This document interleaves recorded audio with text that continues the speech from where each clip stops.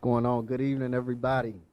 Welcome to, I don't know, like, this is like midweek recharge slash money matters conversation slash talking shift slash, I don't know, it's a lot going on. But welcome back, man. Hope everybody is having a blessed week.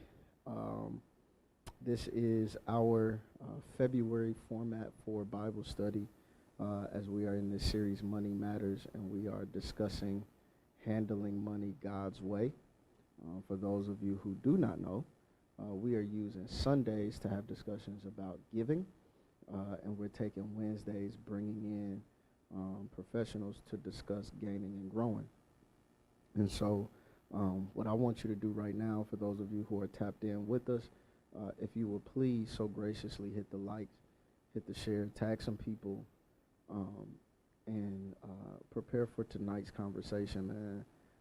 I'm super excited about tonight. I'll explain to y'all how everything is going to go. It's going to be just a tad bit different, but I'll explain how everything is going to go, and then we're going to jump right in after we pray, okay? But I need to make sure I hit the share too.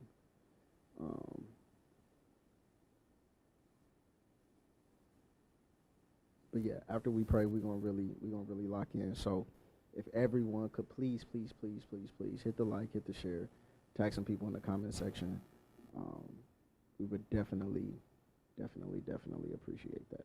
All right. So let's pray. Father God, we thank you, we honor you, we praise you, we give you glory. God, we ask right now that you would be with us in our time together as we are proceeding with being intentional about living life your way. And as a result of that, learning to handle our resources, our finances your way. So we ask tonight, God, that you would enlighten us. We pray that everything that's said and done be said and done for your glory. And we'll give you all glory, honor, and praise. In Jesus' name, amen. Now, let me tell y'all what's about to happen, okay? I told y'all before, I don't consider myself to be a financial expert. And to be honest, I'm not even super like curious about the subject. Like some people just have like a passion for that, right? Like my passion is more so like being able to provide for my family in a certain way. And again, just doing it God's way, because I know that's the best way to do it. But certain people are just passionate about this thing. So, you know, I'm bringing in, I did it last year, did it this year, bringing in people that, you know, have done it, are doing it, are passionate about it. We're sharing information with one another, helping one another grow, learn, you know, understand, and put some things in practice. So for tonight's conversation, I'm really excited about this one because it's going to be a little bit different, because you're going to see familiar faces, you're going to hear familiar voices, but you're going to be able to see those faces and hear those voices in a different capacity, okay? Because our guest tonight is familiar to you all. Anybody who has, you know, been with Abundant Faith for any amount of time, whether virtual or in person, you know this individual. But I don't know that you've ever seen this individual in this capacity, and you've definitely not seen us work together in this way. So I'm excited about it, and I hope that you are too. There's a lot of value to be added. And this is the last thing I'm going to say before I bring them on. I think that it is important for us to, for anybody, right, but for us as a ministry, as a church family, to not overlook the valuable people that we have in-house, right? Like we don't always have to go outside of Abundant Faith to get information and things like that. And so I don't want us to get caught up into that whirlwind either, where, you know, the only good information comes from people outside. Like, we're not going to do that, right? We have brilliant, gifted, talented people in this ministry. And so this year I'm being more intentional about highlighting those individuals. So for the first time, our first sort of highlight for the year in this way, I'm bringing on my family to talk about a subject that he's extremely passionate about. And if you've ever spent time with him outside of church, this comes up in every conversation because he's just that passionate about it. And so I'm excited to bring him on. Y'all put some fire in the chat, put some hand clapping emojis in the chat. I'm bringing on to the screen right now, I guess technically my cousin, but my brother, my friend, my partner, my road dog, brother Destry Brandon is rocking with us tonight. Yes, sir. Yes, sir. So, yes, sir. so I'm excited about it. And the reason why I say I've never seen this is because typically when y'all see us sitting up here like this, he's interviewing me, right? He's getting my insights on certain things and my perspective on certain things. But the roles are going to reverse tonight, and you're going to see Pastor Jay picking the brain of Brother Destry. And so some of you may be surprised at some of the information he's been able to acquire and put into practice, and hopefully it adds value to you. All right. So without further ado, Brother Destry, man, listen, we're going to get straight to it. I done gave you a long intro, man, but the people really know who you are, but I don't know if they know this side of you, right? So let's start here. Hold on. Before you do that, real quick. Can you just hit the air horns for me one time? Hit the air horn just one time. Y'all know we got just one time. I just need to hear him one time. One time, okay. Just one time, please. Let me see. He done put all this in here, y'all. I don't even know which one it is. Here, you're going to have to do it. You're going to have to do it. I'll let you do that tonight. We'll let you do that. All right. Is that it? There we go. All right. We got the air horns. All right. We in there. Okay. So a lot of times y'all, like, a lot of y'all maybe have heard Destry talking about the entrepreneurial journey that he and his family are on. Some of y'all may not even know what the business is, but y'all hear in our conversations, he's mentioning the business, he's mentioning entrepreneurship, and but it really goes deeper than that for him, right? Like, he's really engulfed in understanding money. So let me say this. I wanted to bring you on camera before I say this part, right? Because one of the reasons you locked in with Abundant Faith early on was because you were on this journey, right? And like, you were learning business, but you also wanted to understand like the biblical / ministry side of things and like how those things intertwine. Yes. Right? So we had this conversation probably the week you joined the church, right? Like, sure, and you saying like, hey, I want to lock in because I want to understand as I'm starting a business, like I want to make sure that I'm using the principles and things that God wants me to use. And so that was something that was that you were passionate about from the beginning, right? And a lot of people probably don't know that. But I want to start even before that, right? I want to start with the way you grew up. What were your views on money? Like, how did you grow up? Did you grow up with money? What were your views on money? Like, as a youngster, I mean, was it just like, I just need some money to hit the candy store? Like, right? Like, what were your views on money growing up? Okay, so, so I grew up, in poverty, really. Mm-hmm. You know what I'm saying? Like, from, I would say about the age of 10, like, my life got flipped upside down, right? My grandfather, who was basically helping raise me, he died of cancer. My mom was going through a divorce. The breadwinner of the family, he succumbed to like alcohol issues, drug issues. So we go from like basically a normal life to rock bottom. You know what I mean? So I pretty much grew up in an environment where we didn't talk about money. Only thing. Do me a favor, real quick. Turn your mic, cause I just got a message. They said you're a little low, so like turn it to where it's like angled towards you. Okay. Yeah. We good? Well, let me know. Y'all know I can project. All right. I was trying to be subtle because I'm being interviewed. Nah. Be you. Do your thing. Do your thing. So yeah, like I said, like I didn't really know much about money. My mom, she worked her butt off. You know what I'm saying? All I knew was hard work, like just work.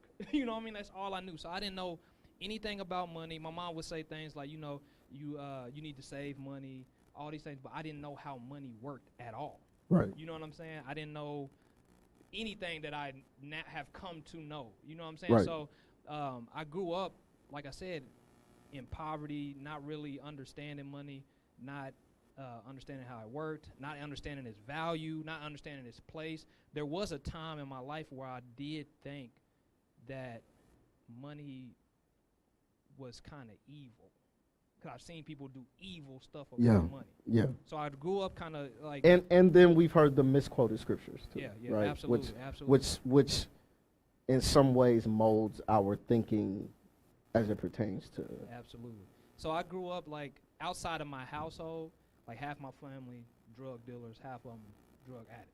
You know what I'm saying? So that just seeing money in that aspect, like you either get it on the street, you know what I'm saying, or you work a job, but there's not much left over at the end of the month. Right. You know what I mean?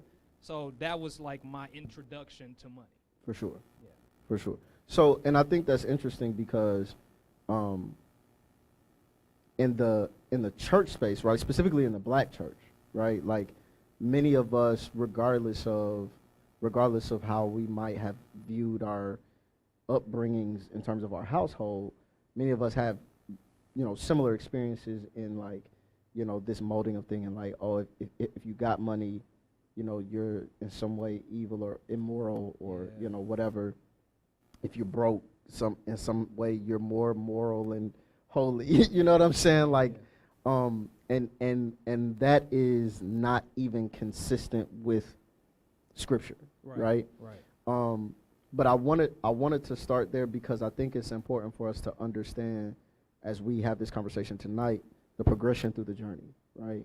So you go from that to, and some of these questions are based on information that we've already discussed, right? For sure. So there was a time, and you're still young at this time, but there was a time where it clicked to you like, I have to make money.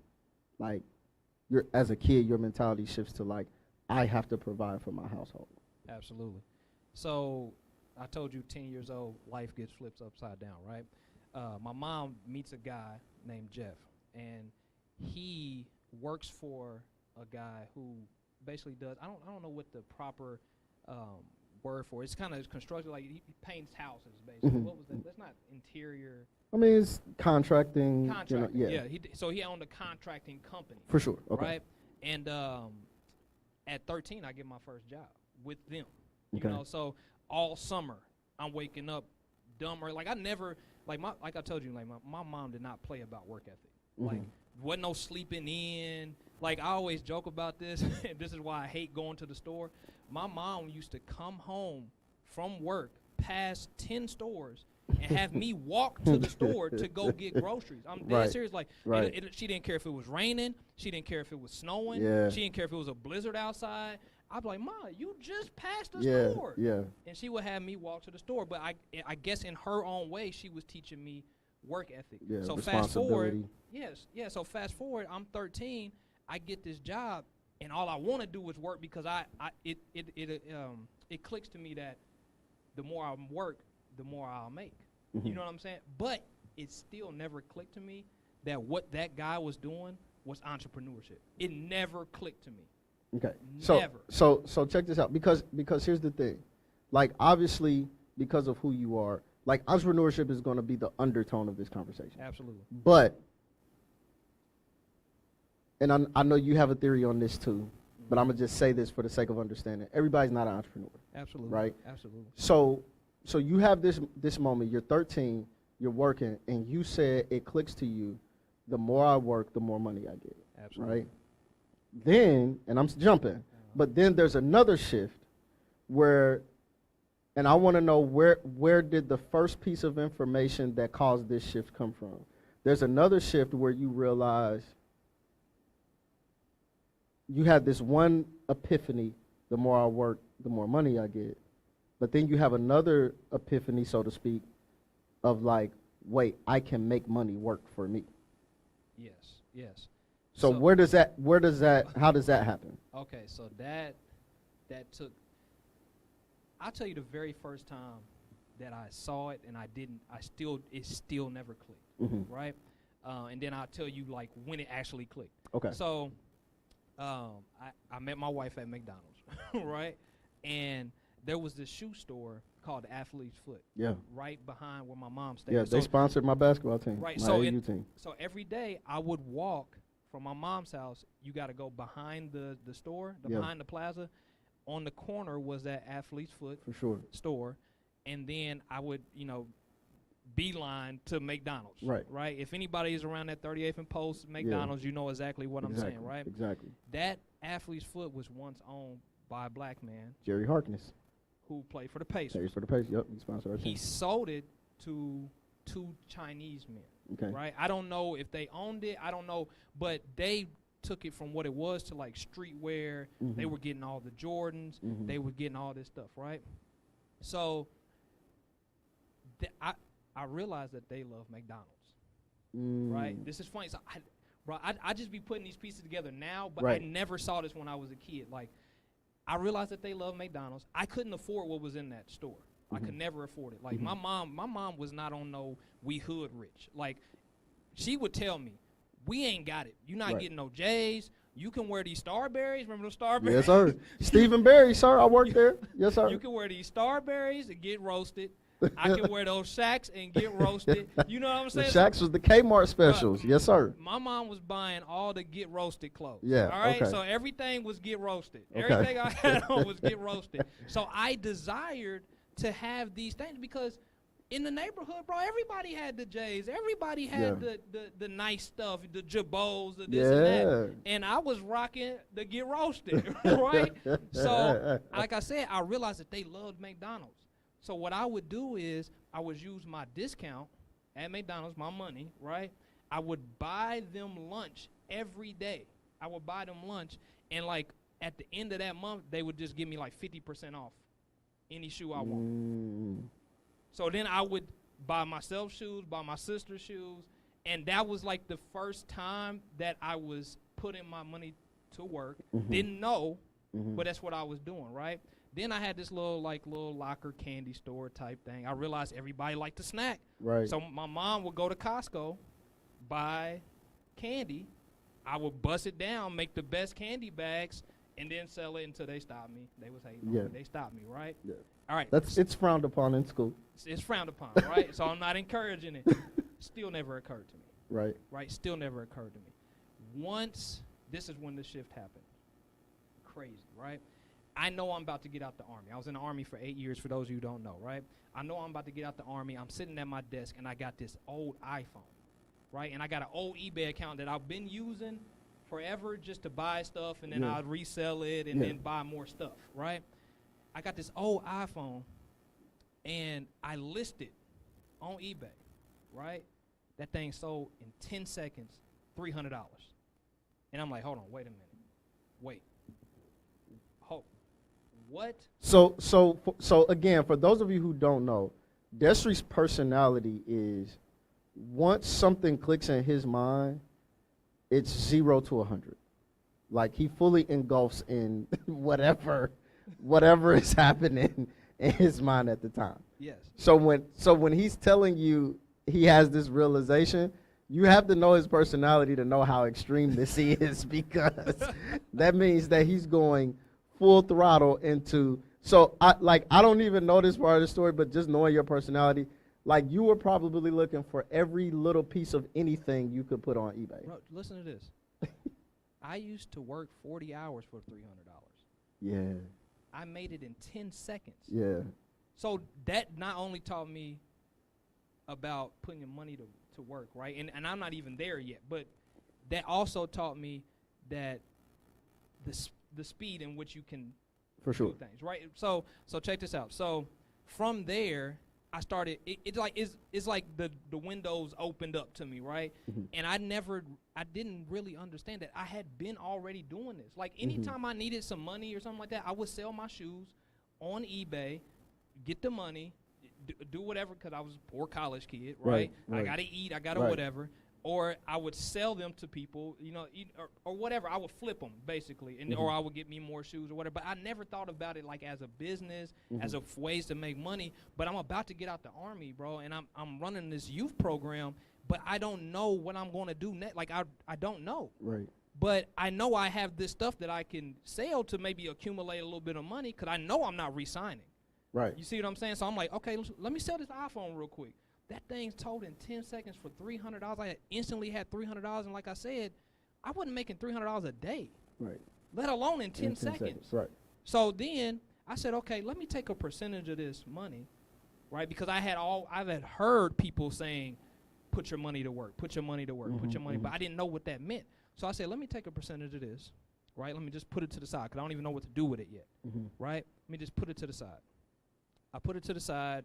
I do whatever with that, and then I read a book, right? We talk about personal development, right? For sure, 1,000%. I read a book called Rich Dad, Poor Dad. Which side note you recommended to me? Yes. I read it. Yes. It's legit. And I recommend this book to every. We're gonna go we going practical tonight. We there. Okay, I recommend this book to everyone, not because it's a great financial book, because it's a mindset shift. The very first chapter in that book is called "The Rich Don't Work for Money." Mind blown. Yeah. So because the assumption is that they do. And listen to this, so many people try to put me on that book, and I didn't read it. My wife read it before. Well, in all fairness, like you have been telling me about it for a couple of years before I actually read it. You see what I'm saying? Yeah. So like, it's like the information is here. I'm telling everyone right now, you can go on YouTube and get the book. Like, I'm not even saying like go buy. I would buy it, because when you use your money, you actually learn. It's an investment. It's an investment in yourself, which is the best investment. I hope we can get to that later. But yeah. I read the first chapter, and in that first chapter, I promise you, after you read this first chapter, your mind's going to be blown, right? The rich don't work for money. Okay, what does that mean? I continue to read. The rich don't work for money. They work for skills, right? So whatever job you got, so let's say I work at McDonald's, or let's say I have a choice to put in an application at either McDonald's or Chick-fil-A. Let's go to teenage. Let's just go even playing field, right? I got a opportunity to work here or there. Where am I best suited to get the best skills from? McDonald's or Chick-fil-A? This is gonna be Chick-fil-A. It's gonna be Chick-fil-A, right? Yeah. Because they have a whole ecosystem of customer service, my pleasure, this and this and well, that. it's right? a worship center, so it's the Chick-fil-A Family Worship Center. So absolutely, right? So I'm gonna go work that's there. why they closed on Sundays. And I'm gonna learn those skills. For sure. And then I'm going to leverage those skills to get money. Right. And then I'm going to deploy my money to bring back more money. Right. Mind blown. So now I'm thinking. So just FYI, y'all, like, I want to stop because this is Bible study too, right? Absolutely. Like we're learning how to do this God's way. So number one, what he's explaining, I want to be honest, it doesn't sound super deep in like right now talking about it. Yeah. And again, in all fairness, you and I had this conversation multiple times over a course of maybe 2-3 years. And I'm like, yeah, that makes sense, whatever. But like when I read it for myself, it was a little different. Yeah. Right. So I'm encouraging people to do that. So, but I want to pause real quick because we also started last week a conversation from Matthew chapter 25. Yes. And so if you read the King James, New King James, and I believe the NIV, they refer to the money as talents, right? You read some of the translations, NLT, New Living Translation, Good News Translation, they tell you, 10,000 gold coins, 5,000 gold coins, 1,000 gold coins. All the translations say talents. The reason why I want to bring that up now is because it's understanding that, like, sometimes when you're talking about the skill set, right? Like learning the skill and all of that, it's like God has given all of us abilities, and we don't all have the same abilities, but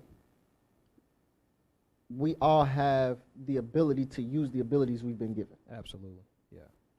Right?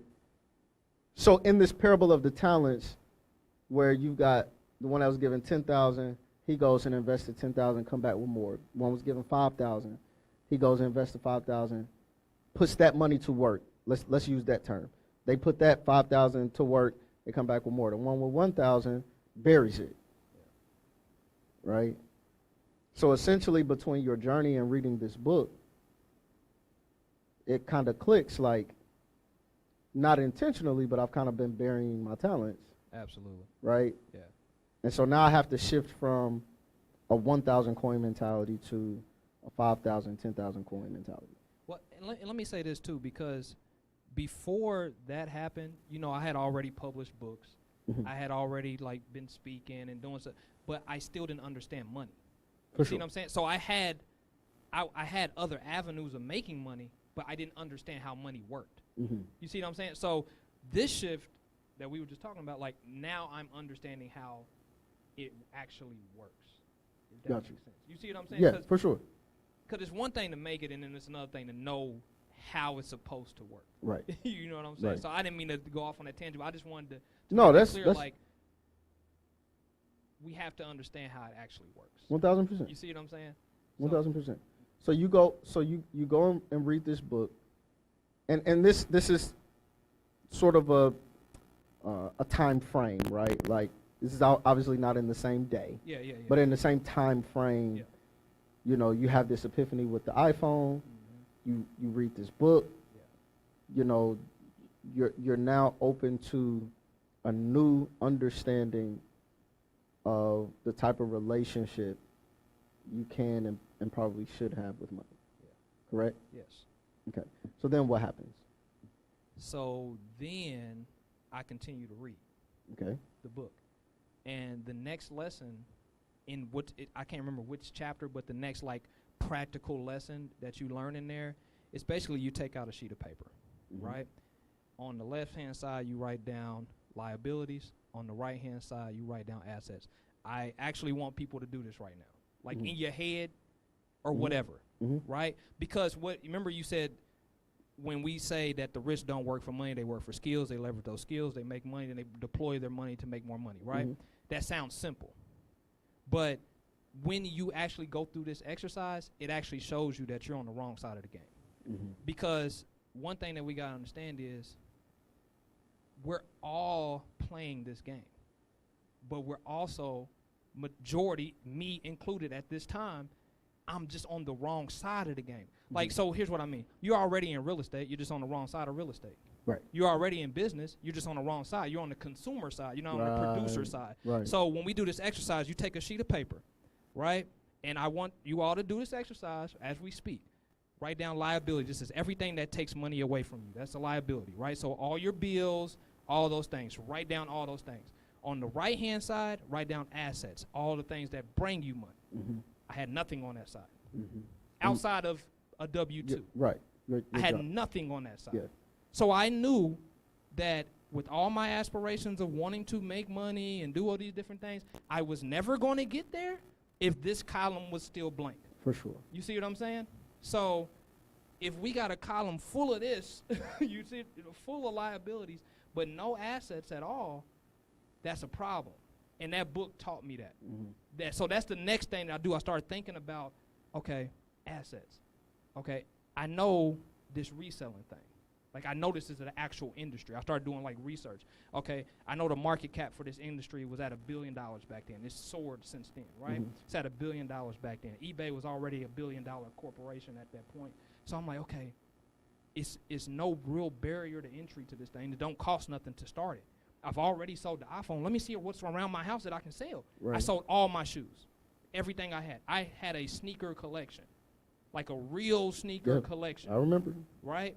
Sold them all. I went down to my boots, my military boots, and a pair of slides. And you remember them pair of slides? I used to wear them slides everywhere. Every church included. Everywhere. Yeah. I sold all of my stuff. I'm up to like $1,500 in all profit at this point because I haven't spent nothing. Right. So I'm like, man, where can I get more inventory from?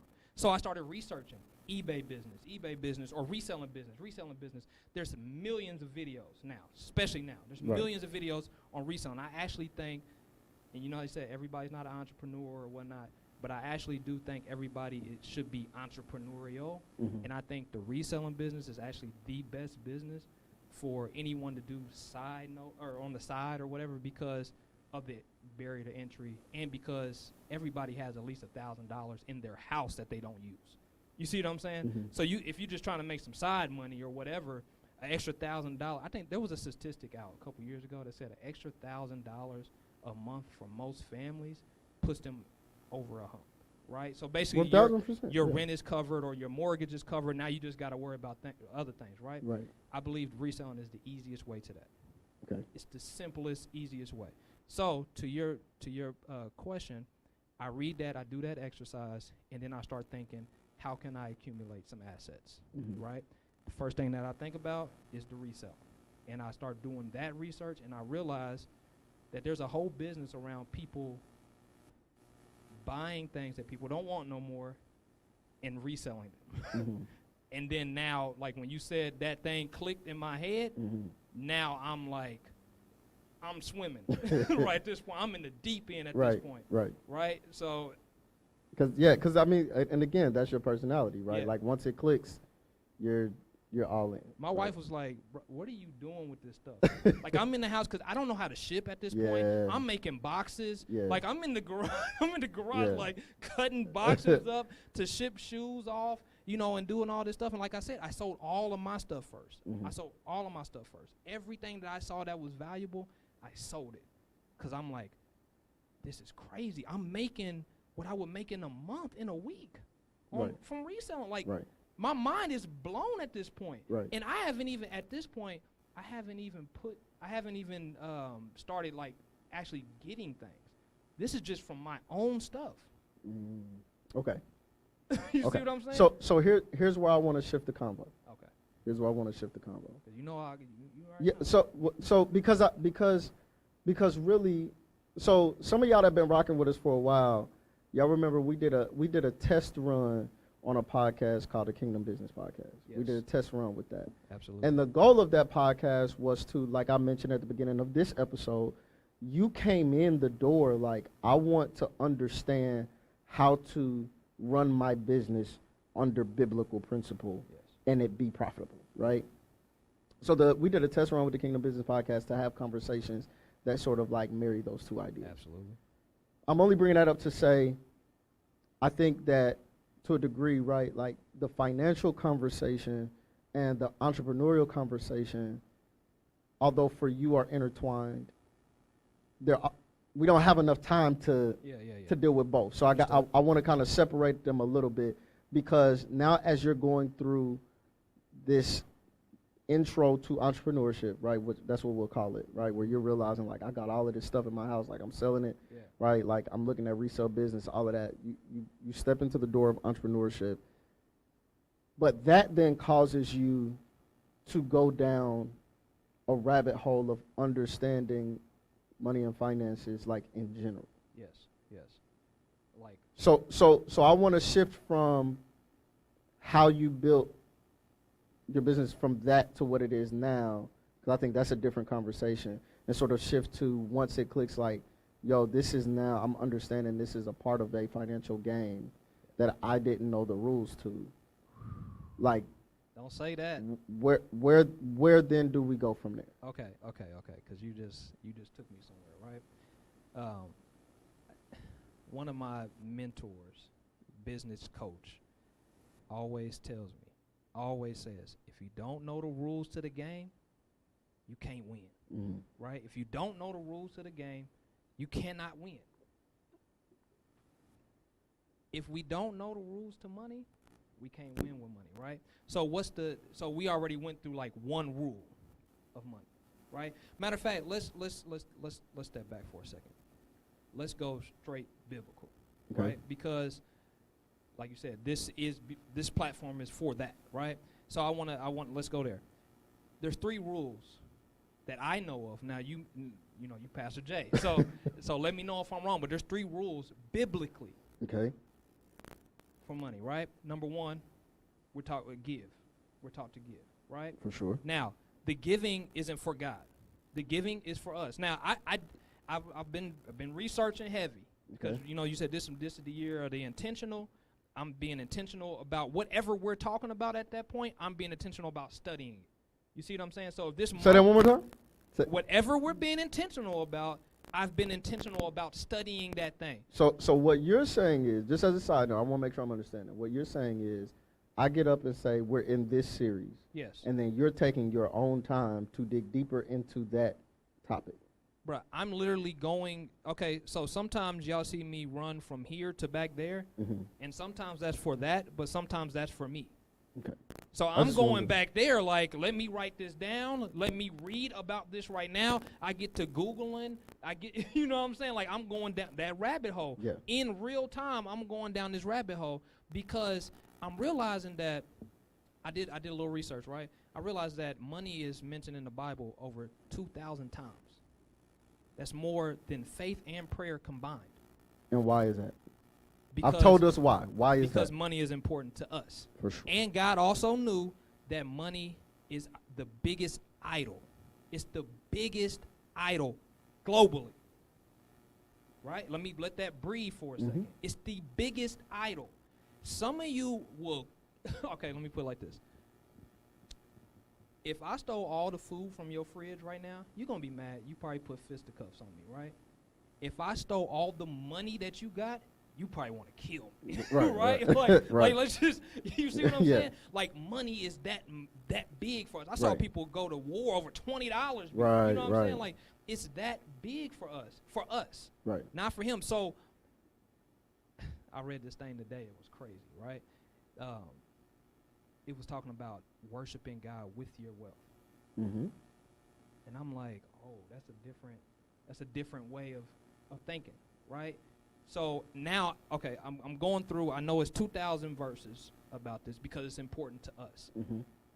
Okay? It runs our life. If you live in America, America is one big transaction. You can't go a day without spending $1. Let me repeat that. You can't go a day without spending $1. America is one big transaction. So I'm looking at all these things that the Bible said, and I ain't even halfway through. Like I said, 2,000. Right. Over the whole thing that I'm reading, I'm finding 3 things. Common trends. Give. Right? For us. That's for us. Right? And I want you to understand also that I look at it like God has a bank account. Right? So what I mean by that is, like, when you put money in your savings account, you can see that. Like, it's like, I got a bank account, I can see my savings account. When you give to God, I'm not saying that we're sitting here calculating how much we're giving, but there's an account that gives a return that's greater than any return that your bank account can give you. That's on, I just wanted to drop I mean, there's that, scripture, that talks about, storing up heavenly treasure, as opposed to earthly, right? Absolutely. So that's biblical. Right. So we got give, right? We've been talking about that heavy. Okay. We got grow. So give, grow, right? And the grow part is, like I said, your money should be employed. Like if you just think of your money as your first employee, right? So if you have $1, you have an employee. Okay. Now, if you want to go, super practical later, we can talk about ways that we can apply that later on, right? But so we got give, we got grow, and then we got save. Okay. These are the 3 trends that I see. I see giving, I see growing, and I see saving. Now, of course, in between that, we got earning. Right? I think that's like a no-brainer, but let's just put that out there. Right. You know what I'm saying? Like, there ain't no growing or giving or saving without earning. Yeah, okay. Right? Yeah. So those are the 3 trends that I see. Give, grow, save. Yeah. Now, what I see that I did that was wrong was at any given time I was doing one of these, but not all 3 of these. And every time I was doing that, it was out of whack. Yeah. So there was times where I was growing and not saving. There was times where I was growing and not giving. There was times I was giving and not growing. Yeah. And then there was times where, you see what I'm saying? Yeah. There was times where I'm saving, I'm not growing or giving. Yeah. and from a practical perspective, like 2 out of 3 is 66%, which in any class isn't it? Yeah, exactly. So if we're just looking on improving our finances, give, grow, save. It's that simple. Like we don't have to overcomplicate it. We don't have to do any of that. It's give, it's grow, and it's save. And there's ways to automate all 3 of these, because if you're like me, I need a way to automate things. So let me do this. I want to engage everybody, right? Because I think that was a huge I'll just use this terminology. That was a huge find, right? Like those principles, give, grow, save, right? Like in like the order is not necessarily important, Right. Right. but the fact that all three are being done simultaneously is important, right? Yes. Like, and when I say simultaneously, not like literally at the same time, but making sure that you're consistent with all of those together. Yeah. So I want to engage everybody that's watching, and I'm asking you to be transparent, right? What is, because chances are all of us are at best 2 out of 3. Oh, for Chances sure. are all of For us sure, are at for best sure. 2 out of 3, right? So I want in the chat for you to type in the chat, what's the ball that you dropped the most? Ooh. And while they doing that, I'm putting mine in too. okay. While we doing that, let me say this as well. The reason why that's so important, if you look at a cycle, like if you look, I wish we had a graph, or not a graph, like a image of a circle, Okay. right? And so the circle has 3 arrows. It's give at the top, right? Then it's pointing to grow, then it's pointing to save, or save and grow. What do we call money? Not the street terms, but like what is Currency. Like currency. Right.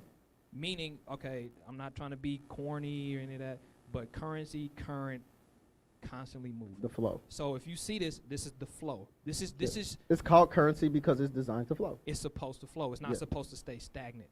Like and the reason why I say and this is a great example of this, right? My son the other day, he's been earning money through the business or whatnot, right? And he goes to buy some ice cream or something, and the lady gives him some money. And for some reason, he thought it was a good idea to like rub it on his face. And I'm like, son, first of all, that money is dirty, right? It has circulated from around the world, possibly, right? And he was like, no, the lady just gave it to me. This brand new dollar bill. Like, look at it. It's crispy as this and that. I said, look at the date on it. The date was 2007. That money has been circulating For almost 20 years. For almost 20 years. But for some reason in our heads, like sometimes we get to this point where it's like our money is just stagnant. We get paid and it goes out. Liabilities, right? Or we get paid and we give our tithes, but then we didn't put none here and we didn't grow none there. And all we're living off of is what we work for. Right. Right? And Warren Buffett has a great quote that says, if you do not find a way to make money in your sleep, you're going to work to the day you die. Right?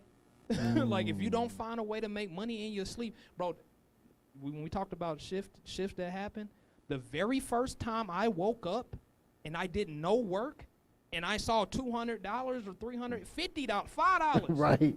Right. I didn't work, bro. Like you got to understand. I'm like blue collar. You know what I mean? Yeah. Like, you know what I'm saying? Like I'm work your hours, get your paycheck. Yeah. This was a whole new thing for me. When I started seeing money, when I woke up, that changed my life. I'm like, you can make money while you sleeping? Yeah. Like, you mean to tell me you can put your money in a vehicle, right? And that money can make money while you're doing nothing. Yeah. That blew my mind. So I'm glad you brought this up, right? Yes.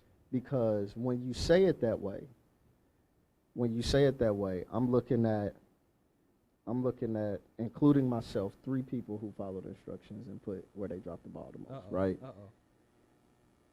And let me get and including myself, right? All 3 of us have grow in there, right? Okay. Now here's what's interesting. When you explain it like, yo, you put your money in a vehicle being something like, not limited to, but including the stock market, right? Yeah. That's a vehicle, Yes. right? Yes. So it sounds so simple to be like, you put your money in a vehicle and let the money do the work, and you'll wake up and there's money there, right? Yeah. And it sounds so simple, yet there's so many of us that don't do it. Yeah. And it really is that simple. And can we do an exercise? Let's go for it. Okay, I got a little exercise for us to do. But before we do that exercise, real quick, I want you to understand something. When we talk about like give, grow, save, I don't know what this number 3. Like this number 3 is something beautiful, right? Mm-hmm. Because those are the 3 rules, but there's also only 3 ways that people grow money. Okay. Right? That's stocks, that's business, that's real estate. Mm-hmm. Real estate is the greatest one because that one was created by God, right? God's not making no more land.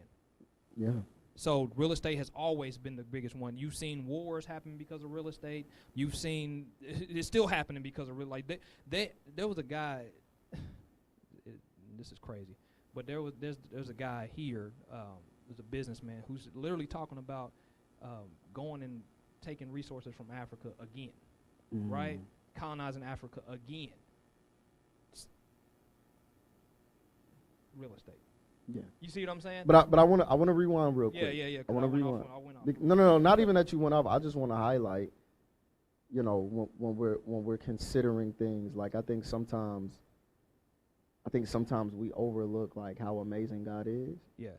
And I think that is something to real estate being the greatest vehicle to earn and grow money, and real estate being the thing that God put his hand on, right? Oh, for sure. Like, for sure. So the greatest thing to do with your money is the one thing that God put his hand on. Like you said, Absolutely. he's not making no more land. Yeah.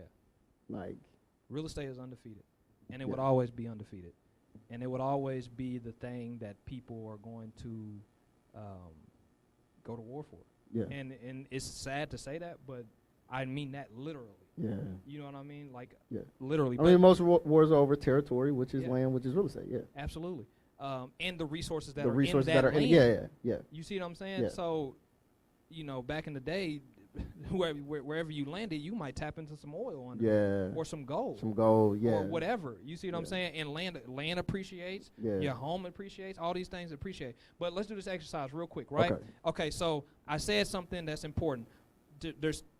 We already did the one rule of money, right? We talked about the rich don't work for money, but we also talked about give, grow, save. Right? The second rule that I learned is you have to go from being a consumer to a producer. Right? So we overconsume, especially here in America. Consume. We watch TV all day, podcast, like whatever. It's entertainment for the most part. We scroll. Man, I read a stat that said we open our phone more than 352 times a day. And I thought to myself, how many times do we open our phone, and how many times when we open our phone are we actually making money from that? Or are we just consuming? Yeah. And when we consume, we're making someone else money. And we're literally making, because we think these apps are free. We think Facebook, Instagram is free. No, they sell your data. So all the stuff that you're doing on there, they're just anyways, I digress, right? You know I go off. Yeah. All right, so real quick, producer, I hope y'all writing this down, right? We talking about the second rule of money, producer versus consumer, right? So check this out. If you have an iPhone, put an Apple in the chat. If you have any Apple products, put an Apple in the chat. Any Apple. So do we have to products. put an Apple for each Apple product? Put an Apple for each Apple product you got. And if I know where you're going with this. And listen, so you already know. I know where you're going. Nobody. I'm not going to tell you because you've been on me about this. Don't tell them. I'm not. All right, I'm so not check gonna this say out. nothing. Check this out. If you have an Apple product, put an Apple for every Apple product that you have. If you don't have an Apple product, drop a rock or something. You know what I'm saying? If you got an Android, put a rock in there. Put a rock in there. If you use Google today, put a rock in there. If you got any other phone, you got a Cricket, I don't know, put a rock in that thing. Real quick, I just want to, I can't move on until we do it because I'm about to blow your mind. I'm about to blow Bro, I got your 4 mind. apples in the chat. You just put 4 in there? I just put 4 in there. All right, for all my people that got an Apple, how much does your phone cost? We're talking about producer versus consumer, right? How much does an iPhone cost? Somebody tell me right now, please. Well, I'm writing this on my paper, so I got 4 apples. All right, and then iPhone. I don't honestly, I don't even know. It's probably like 1,200. Okay, we going 1,200? But I mean, I feel like that's safe. What for, if for iPhone 15, right? We going newest version. I think they running like 12. What if I told you can buy 8 shares of Apple stock and be a part owner of Apple through the stock market for that same price? How many shares? At least 8 shares. So let's hold on. Don't take my word for it. Hit the Google machine real quick. Type in Apple stock price. Type it in real quick. Apple stock price. Now, let me tell you something about Apple. Apple is a conglomerate. It is a $1 trillion company. right? Now, when we start talking about stock, and listen, I'm not, let me do this disclaimer, right? Yeah, Legal disclaimer. disclaimer. I am not a fiduciary. I am not a financial advisor. None of that, right? I am not. You're not a broker. You're not none of that. Let me say this too. Investing in business and all these things are risky. You can lose your money, right? These are all the things I got to say before y'all try to sue me, right? Pastor Jay can take you to glory. I can only take you where we are right now, right? So okay, so $182.32. All right, podcast over. What we talking about? Okay. So you mean to tell me that the stock is less than the phone? Yeah. But all we got is the phone? And I'm just for the sake of practicality and transparency, like for me, we talking phone, watch, MacBook, and iPad. So here's my problem. When I talk to people like, and this is mostly like when I'm talking to the students, right? I like to blow their mind with this, right? And then we get all this skepticism about the stock. But you don't got no skepticism when you go buy the product. Yeah. But That's fair. And this is why I say you're just on the wrong side because you're playing the game regardless. Because you're already in the stock market. Every time you buy the product, you're helping the stock. Yeah. So you're already in the stock market. Oh man, my wife just called me out. I missed the Apple. I got the AirPods too. Oh. So I'm not mad, right? Because like I said, this was a mindset that I had, and God, don't do it. Don't do it to us. Come on, we here. What are we talking about? Don't do it to us. Okay. Listen, we need to repent. And this was, and I literally did this before, right? Because if we truly believe that everything is God's, right? And our money is God's, our lives are God's, when we're not using our money properly, like we're not honoring God, right? No, 1,000%. So I literally did this in the month of December. Like I literally repented for all of the ways that I used God's money wrong, right? No, that's real. I love that. But listen to this, right? So I repented of that, and then, man, I forgot where I was about to go with that, brother. I was about to go somewhere crazy with that. So when it comes back to you, just cut me off. Okay. But that's key because as me and my wife were considering our financial situation, and looking at intentionality for the year and setting some goals for the year, this dawned on me during this series. In the parable, the man with 1,000 coins buries it, and the business owner comes back, and the man's like, "Listen, I ain't want to mess up your stuff. I buried it. You got everything that you left, right?" And he was condemned for that. Yeah. Most of us do worse than burying it because we can't even produce what we. Yeah. Okay, I got it. It just came back. Thank you. Okay. Thank you. So I want us to understand this too. You know how you say the if-and statement. If-then.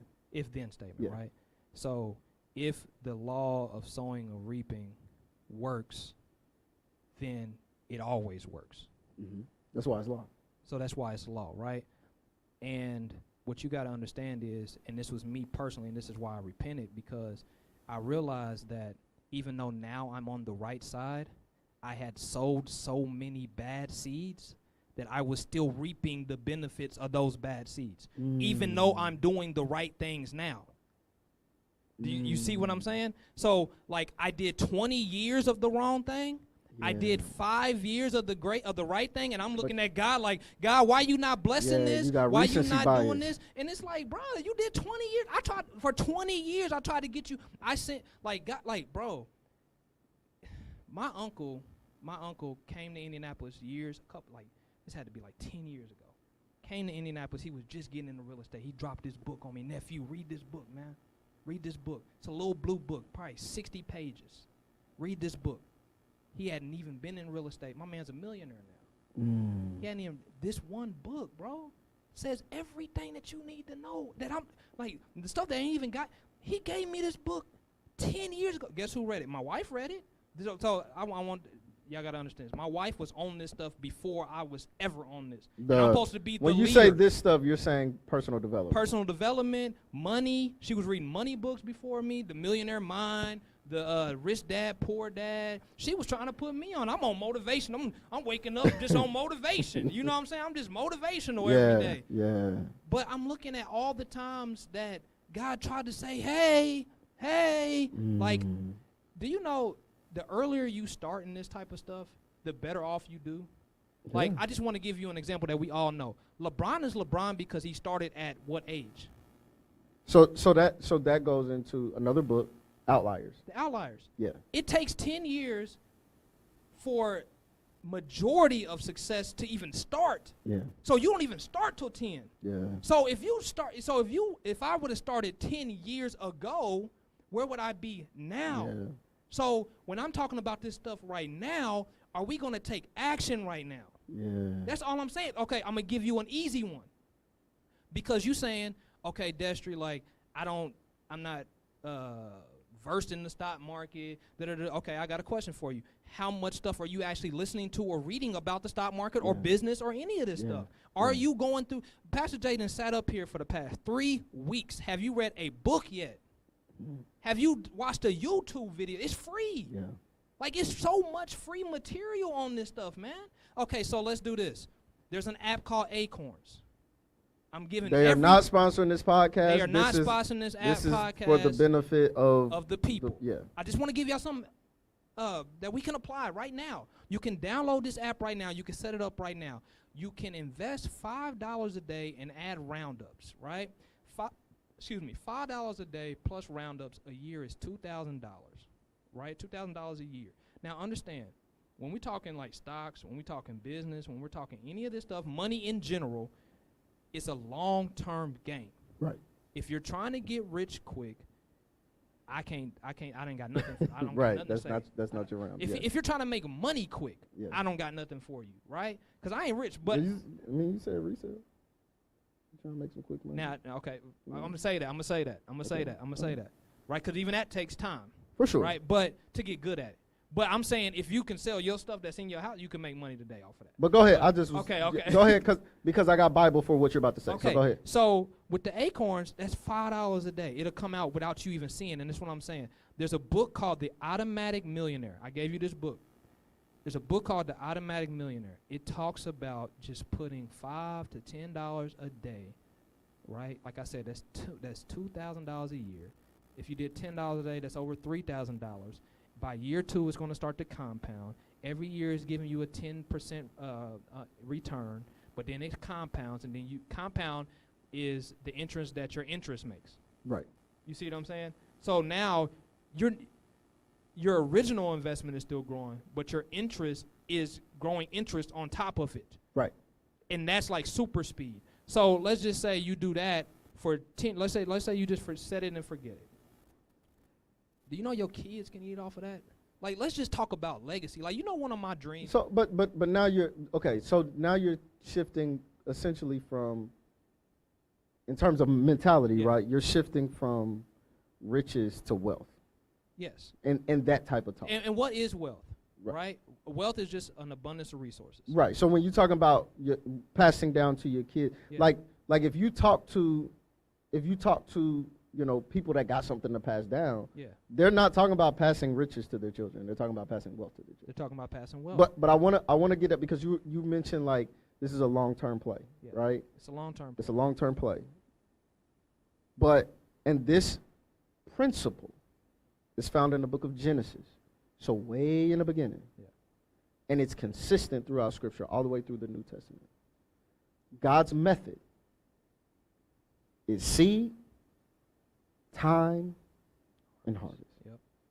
And where we make a mistake is, and I don't know if this is just a mistake in terms of, reading, or if we sometimes manipulate some stuff to make us feel better, but a lot of times we teach seed time, like a time to seed time, and harvest. Yeah. No. It's seed. You have to seed, and then there's time. Then there's time, and then there's a harvest. Yeah. So when you're talking about this long-term play, when we're talking about doing money God's way, this principle It's way back in the book of Genesis. Yeah. That if we're going to handle any resource, money included, God's way. Yeah. Seed, time, and harvest. Yeah. So even check this out. I'm saying this to say that we serve a God that's so amazing, so omnipotent, that even the stock market got to play by his rules.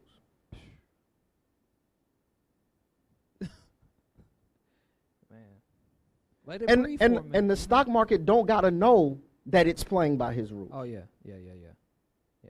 Just like when you said, hey, you in the game, but if you don't know the rules, you losing. Right? But the stock market, that applies to that too. That applies to our investments. And the stock market is not the only way to invest. It's not the only way to grow. Yeah. But just for the sake of conversation, right? Even the stock market got to play by God's rules. But can I tell you why I like the stock market? Or Go ahead. Why I lead with that in this conversation is because, number one, it's the lowest barrier to entry, right? Number two, it's one of those things that you don't have to buy the whole stock. Mm-hmm. Yeah, you can buy pieces. So, like, you can put $10 a day into a stock, and if that stock is $180, over what 18 days. You see what I'm saying? Then you end up with one share. Let's spread it out to 18 weeks. Yeah. We're talking long term. Right. But I want to make a point to what you're saying. They're all playing. All these people, whether they believe in God, atheists, they're all playing by God's rules. They have to. They're all playing by God's rules. Which leads us into the point that, like, I'm glad this God is my God. Oh. You know what I mean? Like, because the beautiful thing about God is, like, he's going. His word is set it, and like how I said, set it and forget it. Mm-hmm. Like his word, we don't want to forget it, but it's forget it in the terms of like, oh, it's done. It ain't gonna change. Yeah, you can count that. It ain't gonna change. It works for whoever wants to work it, and that's crazy. I don't think you can do that in any other religion. You see what I'm saying? Like I can't. You can't do it and guarantee the result. No, you see what I'm saying? But there. Some will tell you. No, I don't believe in none of that stuff, but I know I give, I grow, and I save. Like, just listen to the talk that these people are talking. That's what they're doing, is give, grow, save. Atheists being at the top contributors to, nonprofits and these different, you know what I mean? Like, man, can I tell you this too? The system is actually, the actual system, like let's say tax system, mm-hmm. right? Works Speaking off of. We talking about taxes next week. Ooh, I need that. I'm gonna be tapped into that. Iris. Yeah. Iris. Now we bringing in CPA from Iris. Iris, the IRS, the Iris. Yeah. Anyways. Because, and I'm gonna let you finish, but because I think that it would be irresponsible for us to be talking about all of this, grow, gain, give, all of that, and it's like, hey, basic tax. Hey, you got to, now you got to take care. Yeah. You know what I mean? Now God the Father got one set of rules, but then Uncle Sam got another set of rules. We got to, So we talking about say on that. So I was just gonna say that even the law that governs how we do money mm-hmm. incentivizes the giver, grow. Mm-hmm. It incentivizes those two. Yeah. Right? So that's why you got these people who on paper are billionaires, right? But in pocket they keep their money in this and then they give this mm-hmm. so that way it never touches their account so they don't have to pay taxes on that. We ain't gonna get into all that. I'm just saying that to say the system runs off of God's law. Mm-hmm. You see what I'm saying? Yeah. But I want to. Can we go practical a little bit deeper on the practical side? When we're talking about the second rule, right? And we can just stay there. Like we don't even got to move past this. Because if you do 1 and 2, you're gonna be okay, mm-hmm. right? And in the chat, the first person that drops the 3 things that we talked about, put your Cash App in the chat. Oh wait. Put the 3 things in that we with your about. Cash App. We gave you 2 laws and the biblical law, right? We gave you 2 laws and the biblical law, right? So when we having this conversation about going from consumer to producer, right? the thing that really, once I started learning, and I learned about the stock market during COVID. Like, I went deep. I bought a course. Yeah. I invested in a course and learned the stock market because they were able to predict something coming by how people were dumping money out of the market.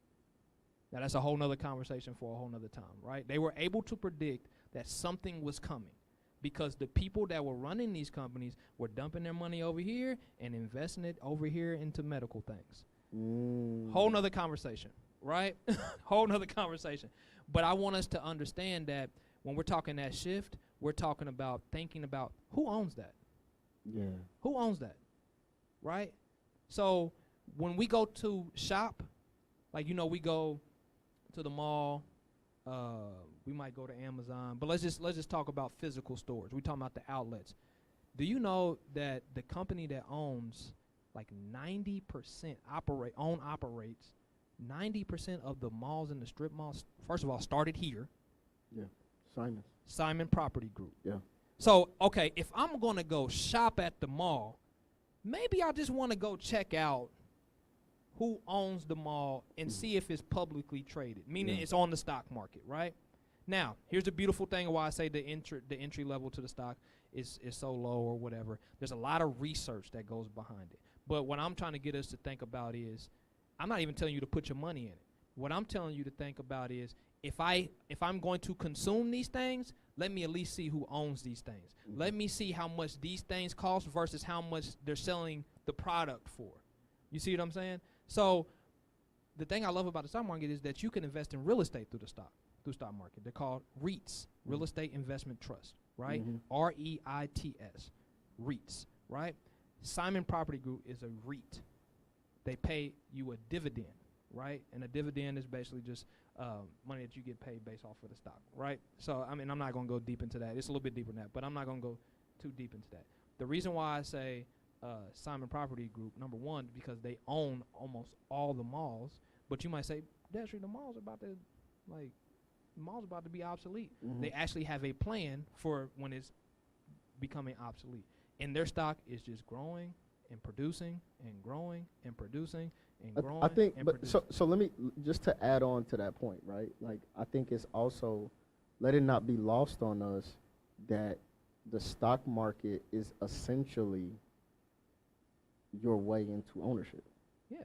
Like, I think, as fundamental as that is, like, myself included, like, sometimes you forget that. And it's like, and that was even going back to the exercise with the Apple products, right? Like, it's like, yo, like, you can have ownership in this company. You know what I mean? Like, and that's essentially what the stock market is giving us opportunity for ownership in things that we're going to consume anyway. Wouldn't it be beautiful if you just, like, let's look up, if you live in an apartment, or let's say you live in a house, look up the mortgage company, right? See who owns that mortgage company. See if that place is publicly traded, or whoever has the whole, because a lot of these mortgage companies are like holding companies for a bigger company. Let's see if that company is publicly traded, right? Let's just see what it is. Because what if we were paying our mortgage, right, getting equity built into the house, but we're also making money on the other side of owning the company that owns the place where I'm owning, or where I'm trying to own. Right. I'm just saying, bro, like that is just that is just the way that a producer should be thinking. Yeah. You see what I'm saying? So, like, when we're talking about doing right by God's money, we should be thinking how God is a producer. Yeah. Like, I'm sorry. Like, well, he's the producer, like, literally. The producer. Yeah. So I'm just saying, like, I went down the rabbit hole. Okay, and I use this with the kids. You got the J. Your outfit has. Oh, you got Z. You're asset poor, right? But you're rich with what you have on. That's backwards, man. So we got the J's, but we don't got no Nike stock. Right? We love we want the Louis. Do you know that LVMH is a publicly traded company? Louis Vuitton, Hennessy, that's Moet, that's all one company, right? That's one company. No, I didn't know that part. Bernard, let's do the research. Okay. It's all one company. Okay. Right? Louis V, all this one company. They the same company as Hennessy, Moet. It's all one thing, right? Let's look at the stock price. I bet it costs less than that Louis bag. Let's look at it. What's the do you know the LVMH. LVMH stock price.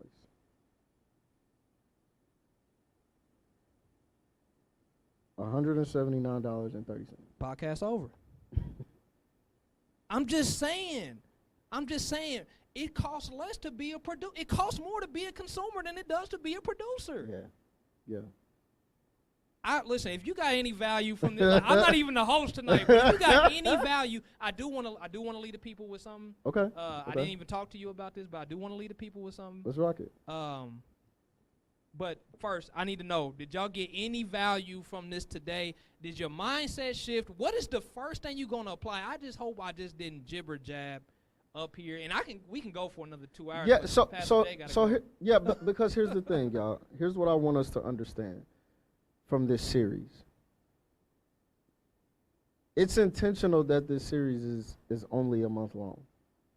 Like, there's some series that we do and they run 6 weeks, 8 weeks, 10 weeks.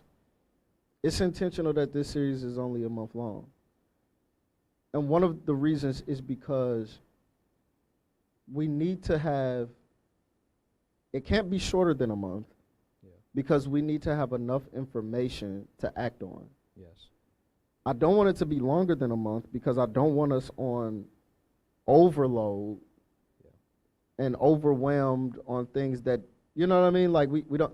And so that's why I was like, okay, we'll just commit to doing this every year, right? Like, for a month, and hopefully each year do and be better in this way.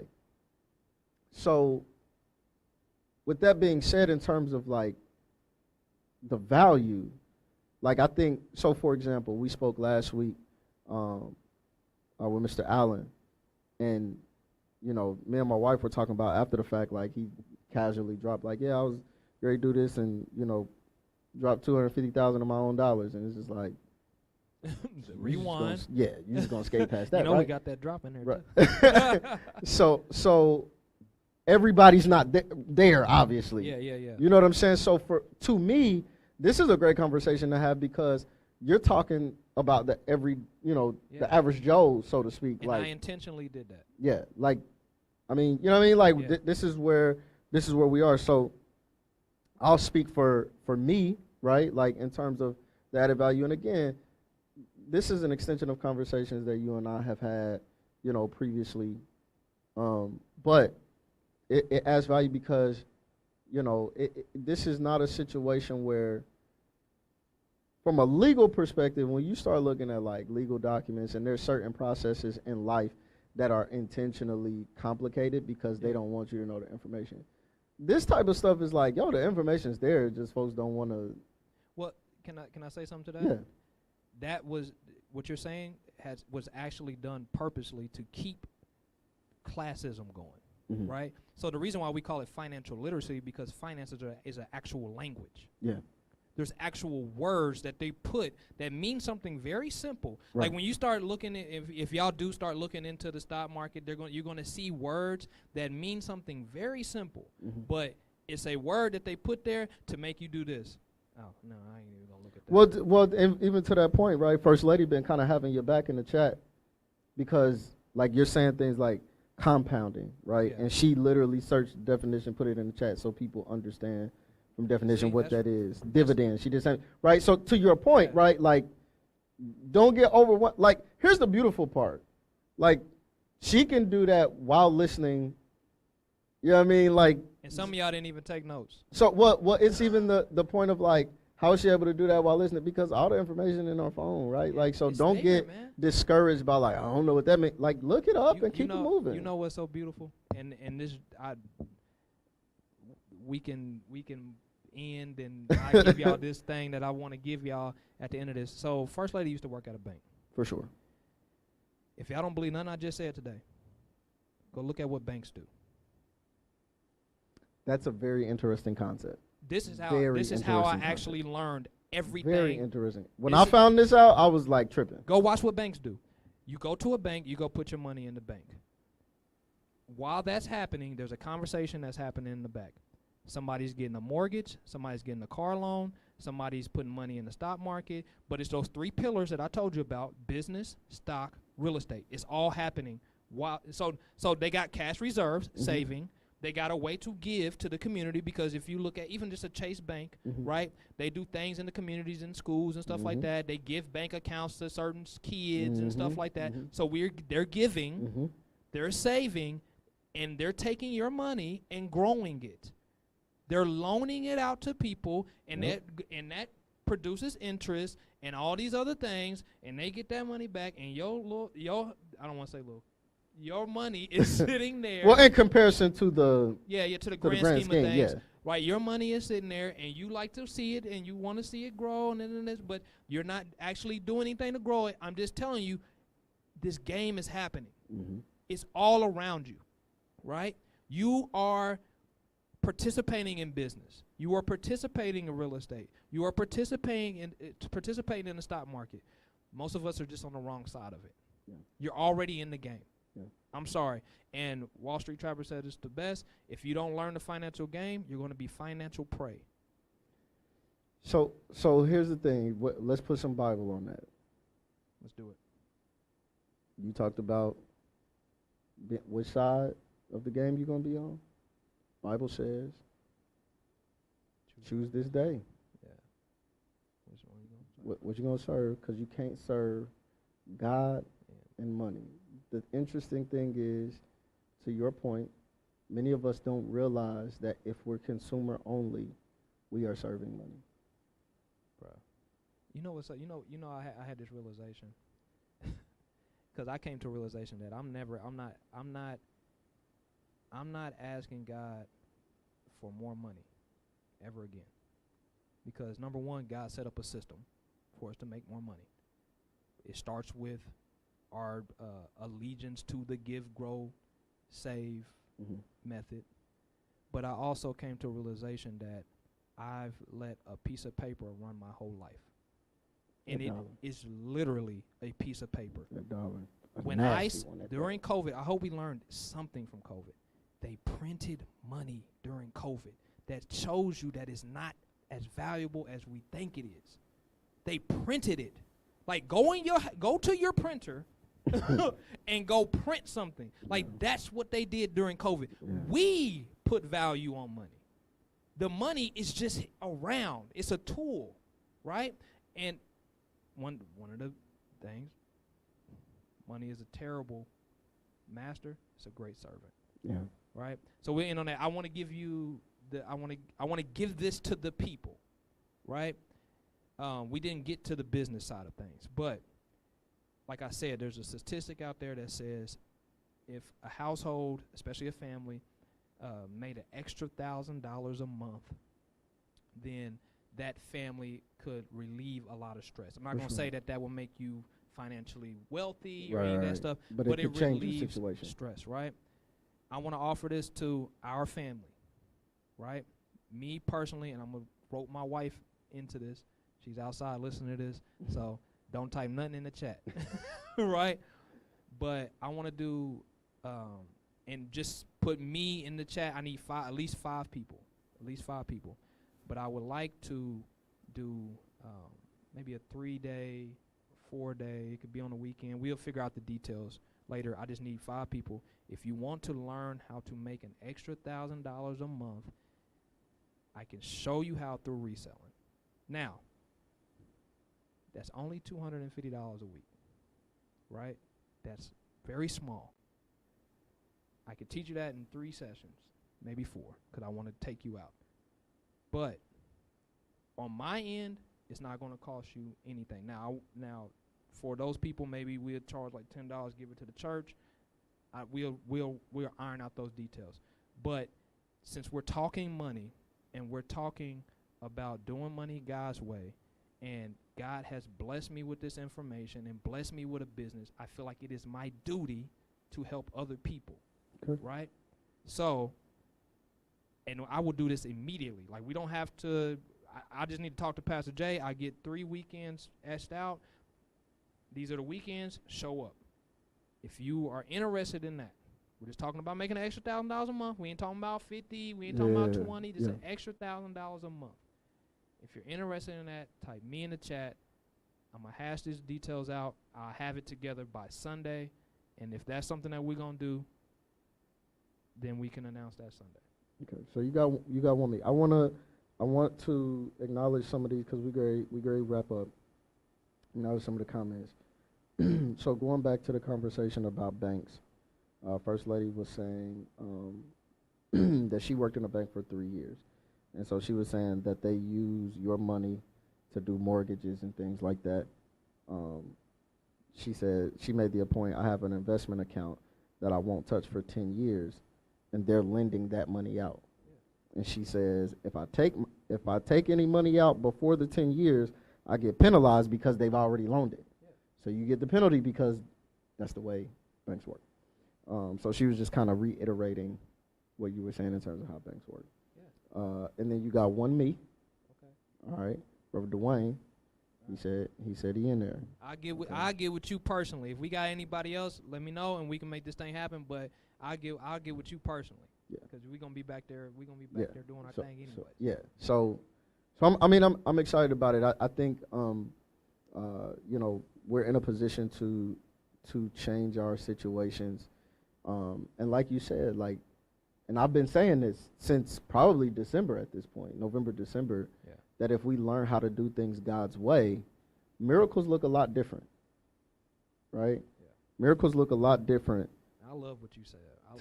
Because, like you said, you don't have to pray for God to give you money when he's giving you a system to give you money, right? And even use an example of the apple seed, right? It's all these things. So hopefully, prayerfully, we're taking some things from this.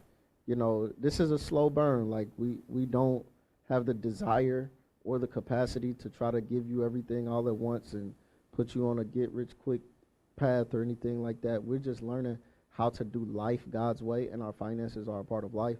So hopefully and prayerfully, you all are taking some of this information and then using that as a springboard to find more information and put these things into action.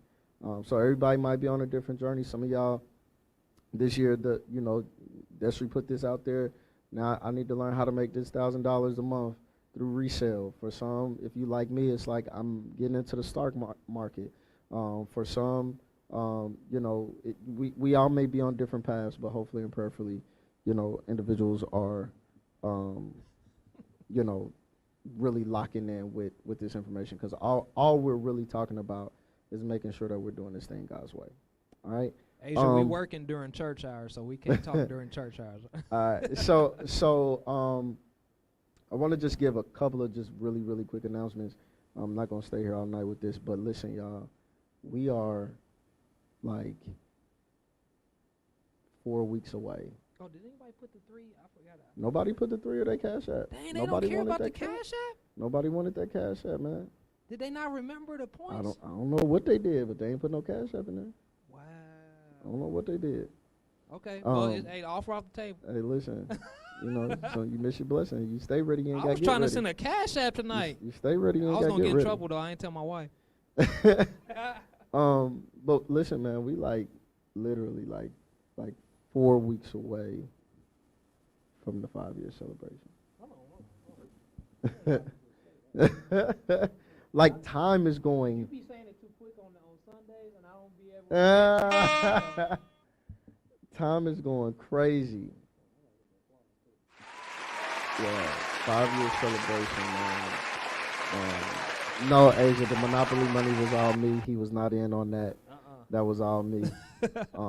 And I thought it was hilarious. But man, listen, man, I'm so grateful for what God has done in his ministry. For sure. But I'm gonna be honest with y'all. Y'all are giving me so much anxiety because black people wait to the last minute to get their stuff. Please go get them tickets, y'all. And here's the thing. See, their money is employed, man. They gotta wait for it to come back. Listen, I'm having conversations with people, and they're like, yeah, I'm coming. I'm in there. Yeah, I'm getting my ticket. Pastor, I know I'm getting. Listen, don't give your pastor a heart attack. This is how you do it. Let me tell you this.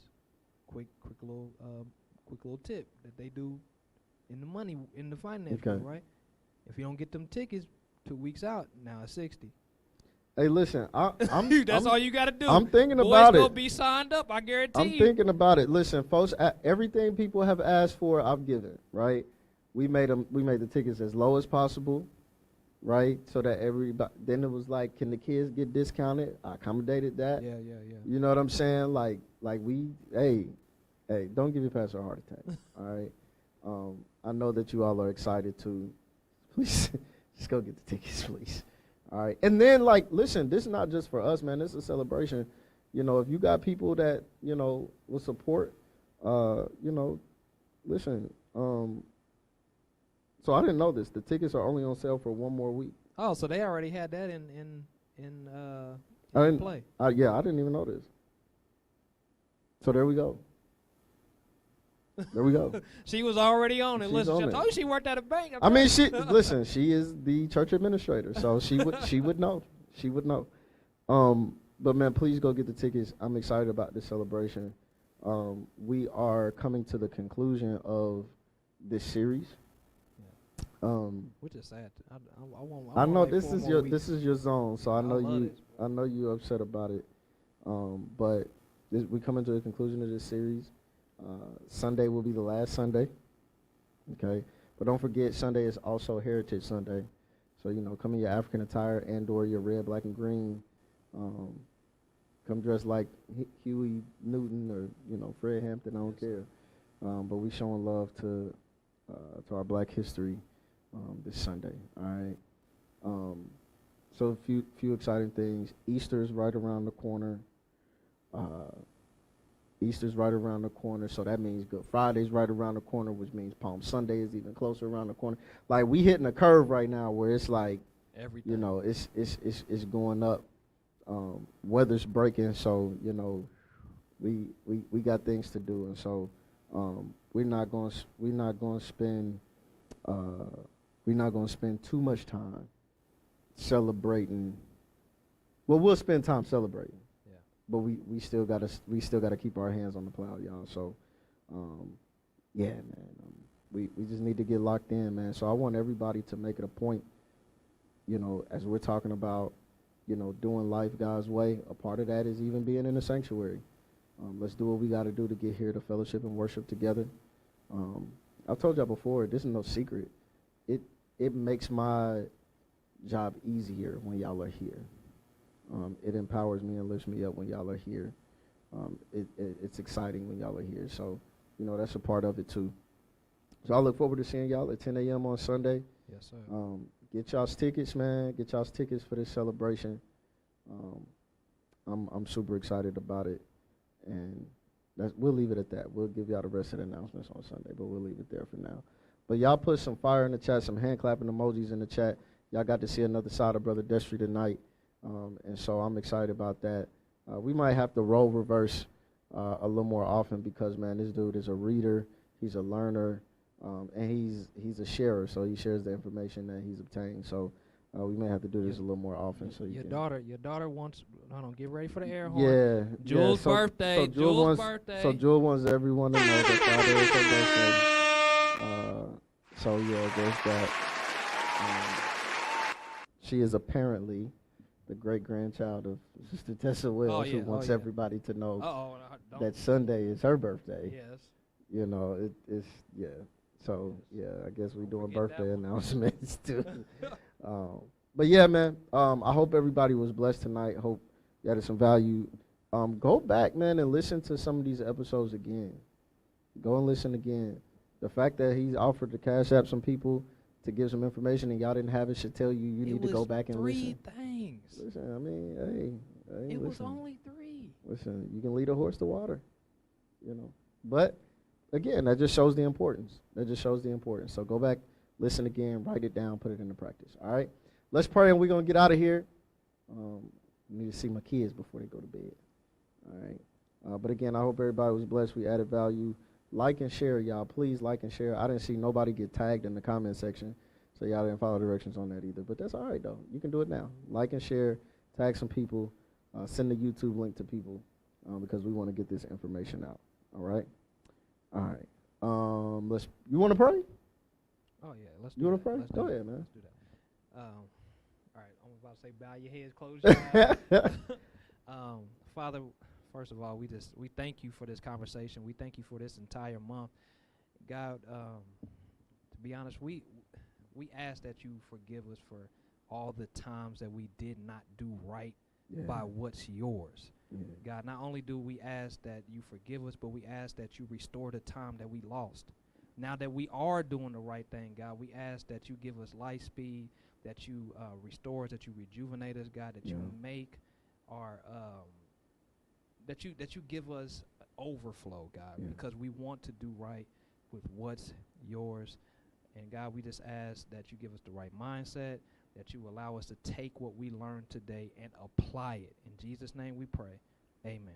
Amen. All right, y'all, we out of here. Thank y'all for tuning in. We love y'all, and God bless.